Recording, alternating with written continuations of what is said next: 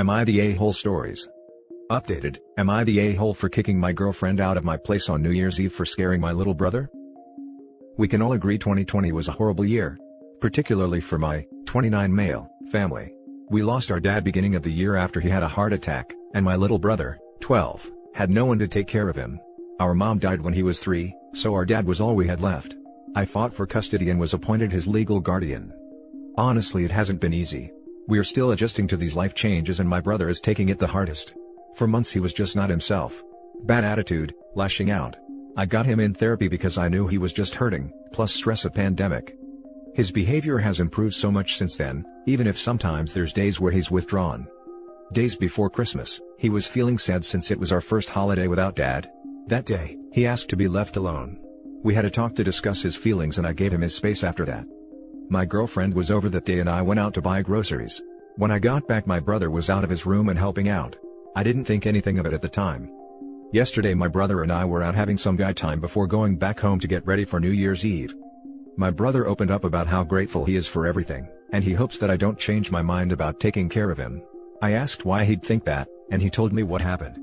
That day when I was out, my girlfriend went to his room to tell him he needs to change his attitude and stop moping, her exact words, because he should be grateful I'm taking care of him at all. And that we can still hand him over to the state if we wanted to.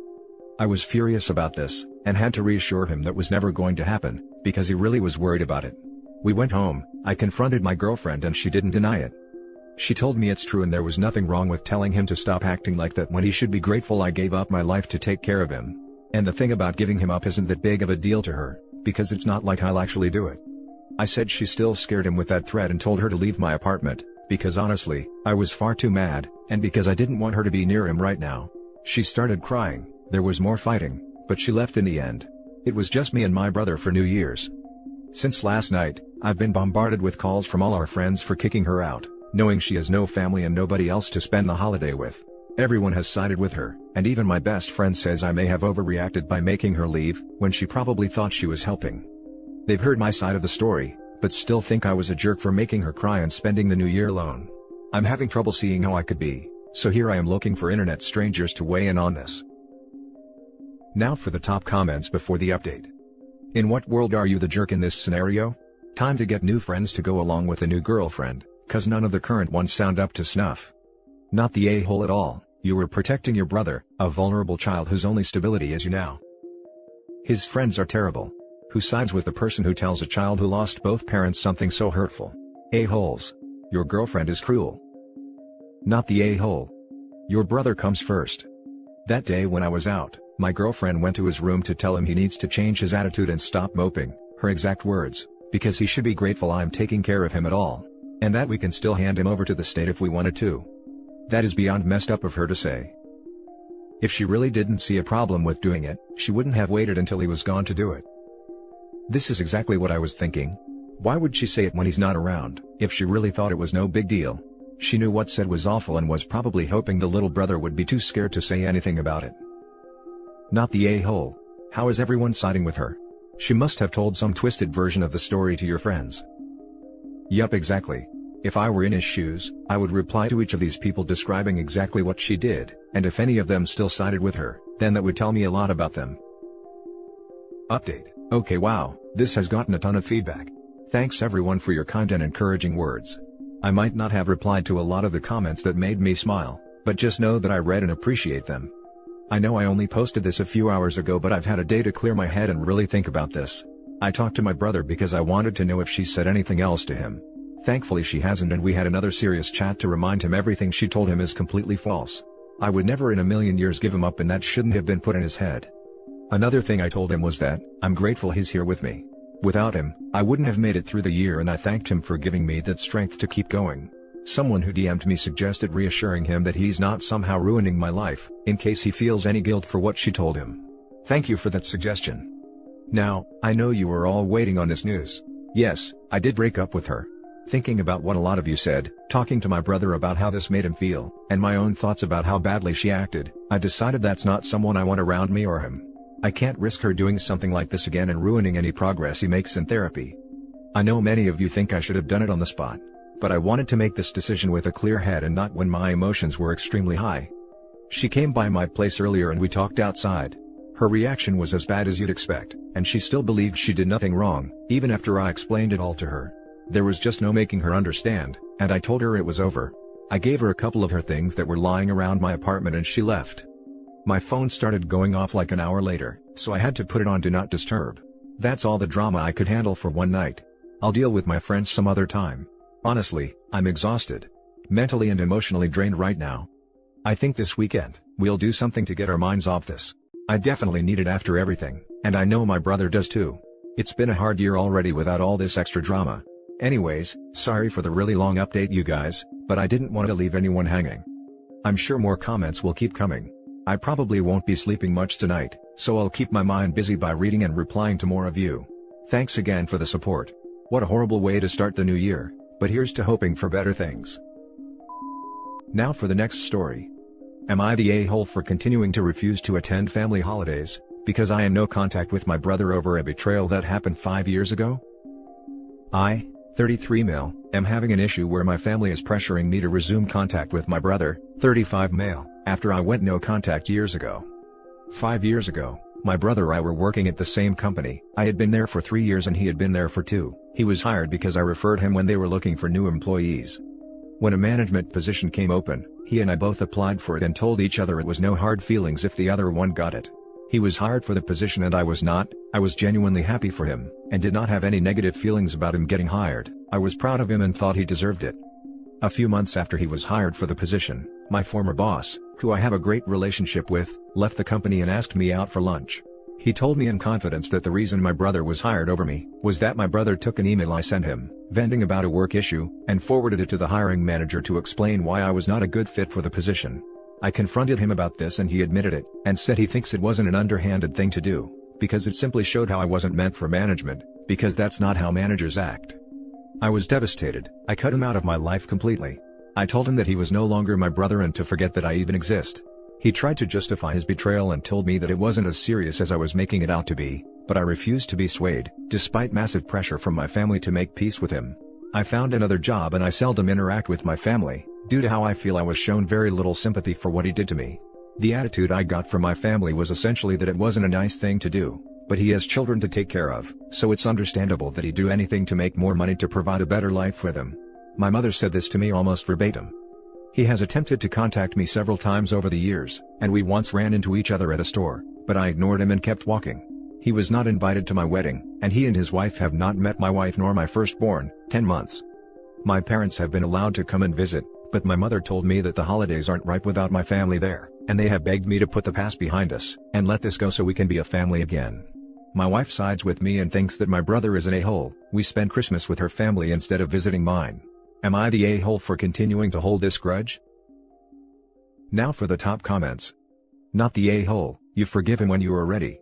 And if he really needed the money for his family, why not just say, hey brother, I know we are both gunning for this promotion, but I need this for my kids. Would you mind pulling out of the running? Him sandbagging you like that, not only screwed you out of that job, but any other potential openings that would have happened while you were there, you know? You forgive him when you are ready. Forgiveness is generally reserved for those who ask for it. OP's brother maintains that he did nothing wrong and has never apologized. The brother is untrustworthy and unrepentant. The parents are toxic for siding with him. Not the a-hole. Not the a-hole. Your brother is the worst. And frankly, I'm shocked they would offer him a management position after he did what he did. I would never want someone that backstabby working for me or managing a team. That being said, if you did want to move past this, it's not unreasonable. I'd never trust him with any information again, but being civil and distant is possible. Seriously, why on earth would you want someone so two-faced and cutthroat, to have a position of power over others? Not the a-hole. There were plenty of other options for your brother to take.